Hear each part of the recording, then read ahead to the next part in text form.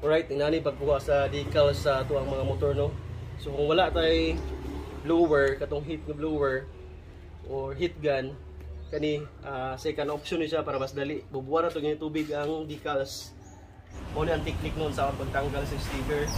So supposed to be mogamit ani kanang blower. Okay, wa pa tay blower, so mo ning option na to, no?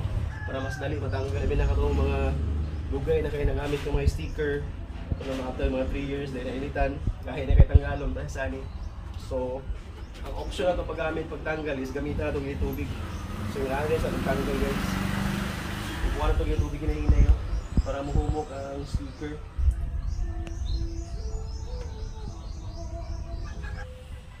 Bukuha na yung tubig, so karon humok na sa tanggalon. Kaning sticker is lugay na gini, mga 3 years na siya.